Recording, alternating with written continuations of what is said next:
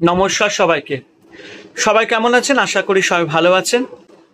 তবে তার আগে সকল মা, বাবা, দাদু, দিদা, ঠাকুমা, ঠাকুর দাদা, দাদা, দিদি, ছোট ছোট ভাই বোনদের জানাই অনেক অনেক ভালোবাসা এবং শ্রাবণ মাসের প্রীতি ও আন্তরিক শুভেচ্ছা।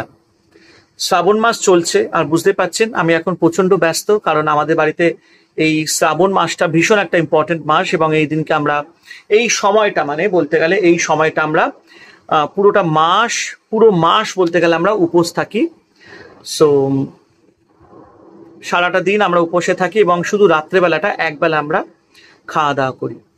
তো সূর্য ওঠা থেকে সূর্য অস্ত যাওয়া অবধি পুরোপুরিভাবে আমরা কোনো রকম কিছু খাই না, জলও পর্যন্ত আমরা খাই না। তো এটা একটা খুব কঠিন বলতে গেলে নিয়ম। মাটিতে শুতে হয়, স্বামী স্ত্রী আমরা একসাথে শুই না। তো দীর্ঘ বছর ধরে ব্রতটা আমরা পালন করে আসছি। আর দেখতে পাচ্ছেন এখন আমার হুলিয়া কেমন, so obviously you can understand that. Anyway, তো কিছু কিছু জিনিস আমাদের জীবনে বা কিছু কিছু সিচুয়েশন বলুন বা কিছু কিছু পরিস্থিতি বলুন, আমাদের জীবনে অনেক কিছু শিক্ষা মানে অনেক কিছু শিখিয়ে দেয়, রাইট? তো অবভিয়াসলি আমি আজকে আমার নিজের পছন্দ মতো একটা টপিক নিয়ে আপনাদের সাথে ডিসকাস করতে এসেছি, যেটা আমার নিজের জীবনের সাথে ঘটে যাওয়া একটি ঘটনা এবং আমি এগুলো অনুভব করেছি, এগুলো আমি I have experienced in this situation. তো সেই জিনিসটাকে আমি একটা অ্যাজ আ এক্সাম্পল, একটা উদাহরণ হিসাবে আমি আপনাদের কাছে বলতে চাই। দেখুন, প্রত্যেকটা বাড়িতে অশান্তি হয়, কারেক্ট? ভাই ভাই অশান্তি, ভাই বোনে অশান্তি, মা বাবার অশান্তি, শাশুড়ি বৌমার অশান্তি, অশান্তি অশান্তি অশান্তি। কোন বাড়িতে অশান্তি হয় না সেটা বলুন? প্রত্যেকটা বাড়িতেই অশান্তি হয়। কিন্তু অনেক সময় কি হয়, কোনো বাড়িতে হয়তো দরজা বন্ধ করে অশান্তি করা হয়, যেখানে হয়তো আমরা কিছু বুঝিই না বা আমরা জানতেই পারি না যে কি চলছে। আবার কোনো বাড়িতে হয়তো অশান্তিটা এমন ভাবে হয় যেখানে আমরা সব জানতে পেরে যাই, মানে সেটা ঘরের কথা পুরো বাইরে চলে আসে। am I right? আমার নিজের পরিবারেও এরকম ঘটনা ঘটেছে। কিন্তু আমি সবসময় সবাইকে একটাই কথা বলবো যে পরিবারে যখনই কোনো সিচুয়েশন হবে সেটাকে মাথা ঠান্ডা করে সলভ করা উচিত, রাইট? একে অপরকে বা খানিকক্ষণের জন্য বা সাময়িকভাবে কেউ কাউকে পছন্দ নাই করতে পারে, রাইট? জাস্ট আ সেকেন্ড, আমি অ্যাকচুয়ালি একটা কাজ করছিলাম, ব্রেক নিয়ে আমি কথাটা বলছিলাম। ইয়া, তো কেউ কাউকে পছন্দ নাই করতে পারে। আজকাল তো ভাই ভাই এমনিতে খুনোখুনি হয়ে যায়, বাবা মায়ের অশান্তি হয়, সন্তান মাতা পিতার মধ্যে অশান্তি হয়। কিন্তু এখন যে যুগটা এসে গেছে সেখানে আমরা দেখি যে বাবা মাকে কেউ রেসপেক্ট দিতে চায় না। That's true, that's 100% true. 80% ফ্যামিলিতে এখন এই একটা অসুবিধা রয়েই গেছে।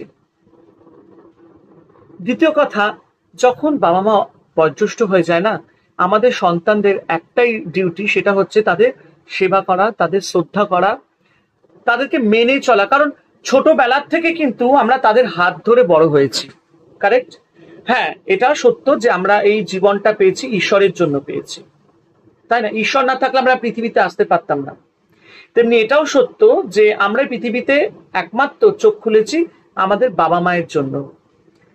তাদের মিলনে আমরা এই পৃথিবীতে এসেছি এবং এটা একটা বাস্তব ঘটনা, এটা একটা 100% ইউনিভার্সাল ট্রুথ, যেটা হয়ে এসছে, হবে এবং হয়ে যাবে, ঠিক আছে? যেটাকে আমরা বলি বংশবৃদ্ধি, ঠিক আছে?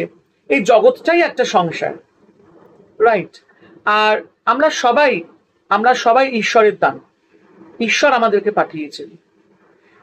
কালকে আমারও সন্তান হবে, ঠিক আছে? আমি তাকে মানুষ করব, কিন্তু এমনও সিচুয়েশন হতে পারে যে সেই সন্তান বড় হয়ে আমাকেই দেখলো না, রাইট? তো এখানটায় কি হয়, চান্সেসটা খুব কম থাকে। আজকালকার দিনে কেউ কারোর উপর ভরসা করতে পারে না, জাস্ট এই কিছু কারণের জন্য।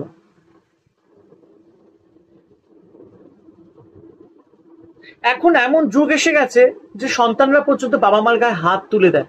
আমার পরিবারে হয়েছে, I giving you set of example, যেটা আমার পরিবারেও হয়েছে, আমার ফ্যামিলিতেও হয়েছে, আমি দেখেছি।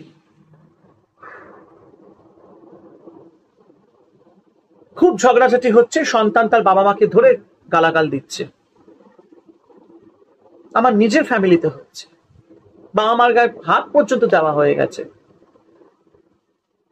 কিন্তু আমরা কখনো রিয়েলাইজ করি না যে আমরা সন্তান হিসেবে আমরা কি দিচ্ছি, আমরা কি গেইন করলাম বাবা মার শিক্ষাতে, এবং আমরা কি দিচ্ছি তার আউটপুটটা।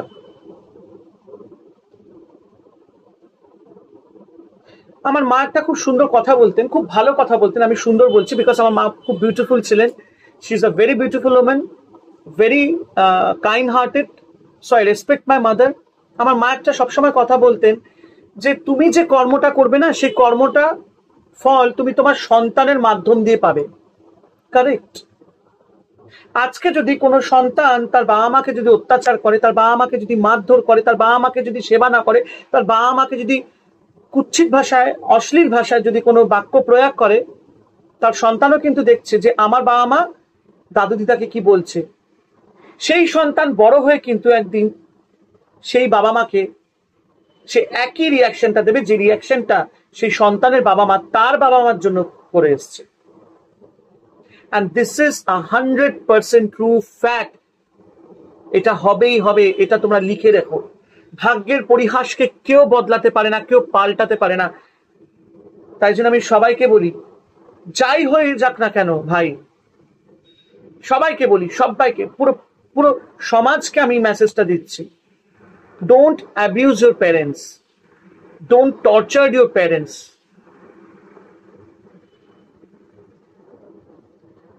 বাবা মারা খুঁটি হয়, বাবা মারা খুঁটি হয়, আর যখন দেখবে বাবা মা চলে যায় পৃথিবী ছেড়ে, তখন বড্ড একা লাগে, যেন মনে হয় যেন কিছু একটা আমরা হারিয়ে ফেলেছি, বিশাল বড় কিছু আমরা একটা যেন হারিয়ে ফেলেছি।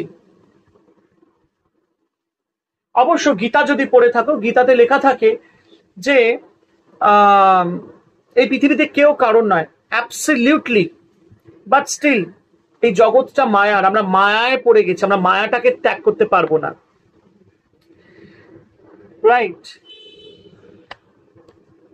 যা কিছুই করবো আমরা পৃথিবীতে, ভালো কাজটা যাতে করতে পারি, যাতে মানুষ বলতে পারে যে হ্যাঁ, আমাকে যাতে বলতে পারে যে হ্যাঁ তুমি একটা ভালো কাজ করেছো। আমার শোনার দরকার নেই যে আমি কি কাজ করেছি, আমি খুব ভালো কাজ করেছি, আমি তোমার উপকার করেছি, না। এতে কি হয়, আমি বা আমার এই যে একটা অহংকার, এটা দিবে, আমার দরকার নেই শোনার। মেন মুদ্রা হচ্ছে ভালো কর্ম করে যাও, কর্মটা করে যাও, তোমার কর্মটাকে ঠিক রাখো, কাজটা করে যাও, ফলের আশা রেখো না। Just continue with your work, don't wait for the result.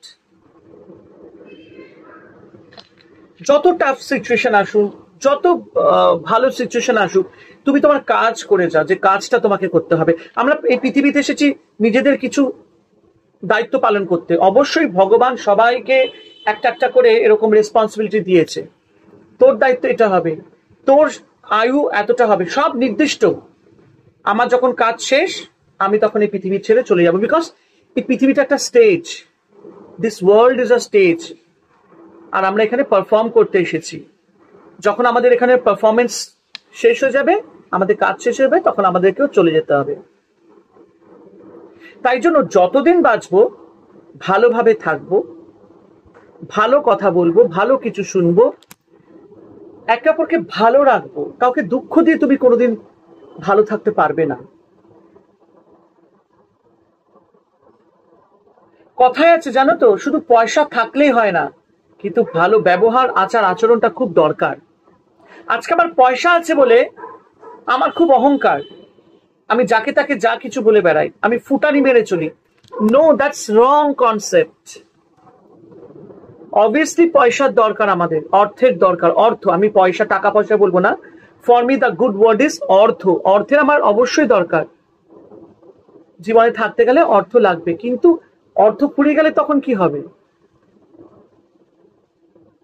তো অর্থ কিন্তু একটা সাময়িক জিনিস, তোমার কিছু চাহিদা মেটাতে পারবে, কিন্তু একটা ভালো মানুষ হয়ে বাঁচার জন্য কিন্তু সেটার জন্য কিন্তু অর্থ লাগে না। সেটার জন্য তোমার শিক্ষা, তোমার যোগ্যতা, তোমার বংশ পরিচয়, তুমি কি শিখলে, বাবা মার শিক্ষাটা তুমি কতটুকু গ্রহণ করতে পারলে, ভালোটা তুমি কতটুকু নিতে পারলে, তোমার কর্মটা তোমাকে বলে দেবে। তাই পয়সা সবসময় কথা বলে না, তাই নিজের কর্মটাকে সবসময় ঠিক রাখতে হবে, তাহলেই তুমি একটা ভালো মানুষ হয়ে দাঁড়াতে পারবে। আর যেসব মানুষ এই অর্থের ফুটানিতে অন্য মানুষদেরকে তুচ্ছ তাচ্ছিল্য করে বেড়ায় না, তারা কোনোদিন বুঝতে পারে না যে আমি কি করছি। কারণ তারা একটা অহংকার, একটা আমিত্ব, এই যে আমি রাজা, আমার এটা, আমার বাড়ি, আমি তোকে খাওয়াচ্ছি, তুই আমার বাড়িতে থাকিস, আমার জিনিস তুমি ধরবে না। সরি, এখানে আমাদের কারোর কিচ্ছু নেই। এই যে জামাটা, এটাও আমার নয়, এটাও একদিন আমার থাকবে না। যখন আমি পৃথিবী ছেড়ে চলে যাব, আমি পুরো ছাই হয়ে যাব, তখন কোথায় যাব? তাই না? আসি আমরা খালি হাতে, চলে যাইও আমরা খালি হাতে, কি তাই তো? আসি আমরা খালি হাতে, চলে যাইও খালি হাতে। তো কি নিয়ে আসলাম আর কি নিয়ে গেলাম? তাই এই লড়াইটা কিসে? তাই এই ঝগড়াটা কিসে? কি ঠিক বললাম তো? তাই জন্য বললাম, মানুষের মতন মানুষ হয়ে চলা উচিত। বাবা মাকে শ্রদ্ধা করো, সেবা যত্ন করো, দেখবে জীবনে অনেক উন্নতি করবে। আর যেটা আমি সবসময় বলি, ঈশ্বরের প্রতি ভক্তি শ্রদ্ধা রাখো। দাঁড়াও এক সেকেন্ড। ঈশ্বরের প্রতি ভক্তি শ্রদ্ধা রাখো, ভগবানকে সেবা করো, সবচেয়ে আগে ভগবান, ঈশ্বরকে ভালোবাসো।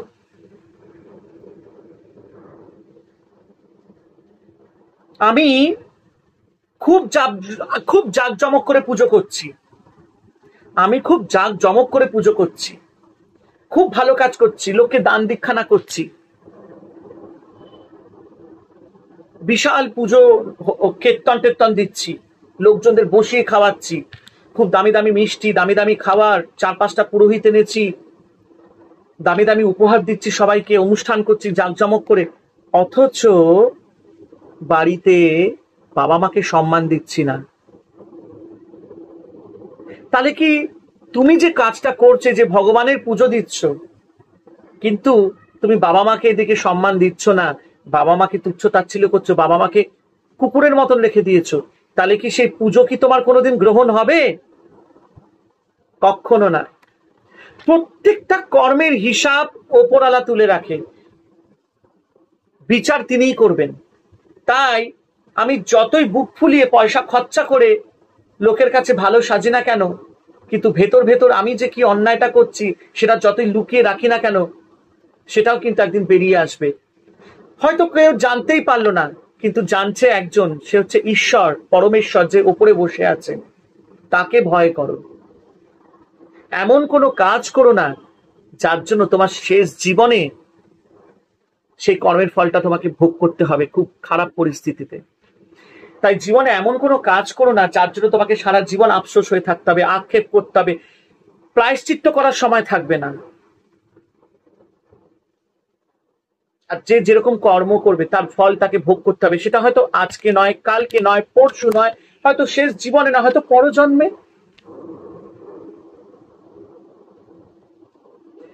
কথাগুলো হয়তো তোমাদের খুব বোরিং লাগতে পারে, কিন্তু আমি বলবো যে এটা আমার মনের কথা, এটা আমার মা বাবার থেকে কিছু শিক্ষা যেটা আমি পেয়েছি সারা জীবন, সেটা আমি সবসময় আমি অর্জন করেছি এবং সেইটা নিয়েই আমি আমার জীবনটাকে আমি চালিয়েছি।